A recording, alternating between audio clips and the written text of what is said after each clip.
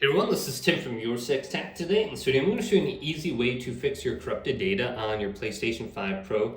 So with our PlayStation turned on, let's just press the PlayStation button, go on over to power right here, and then go to turn off and completely turn off our PlayStation 5. And we're going to launch this into the safe mode menu. So in order to operate the safe mode menu, we need a USB cable connected to our controller. And once our PlayStation 5 is completely turned off, it's not in rest mode or anything like that, we want to hold down the power button. So if you hold this down when it's turned off, you can launch into the safe mode menu. So you'll hear one beep, and then you should hear a second beep, maybe like 8 seconds later. This is an indication it's going to be launching into the safe mode menu.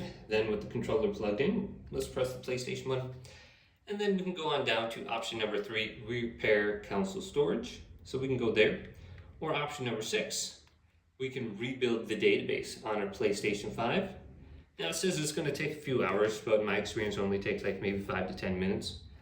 So this is going to restart our PlayStation 5 and then bring up a screen where it's going to give us an estimated amount of time of how long it's going to take.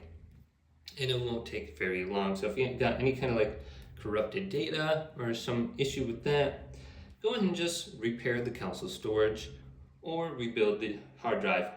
So hopefully this video did indeed help you out. If it did, leave it a big thumbs up and subscribe to my channel down below for more tech videos coming up next time. Your 6 Tech.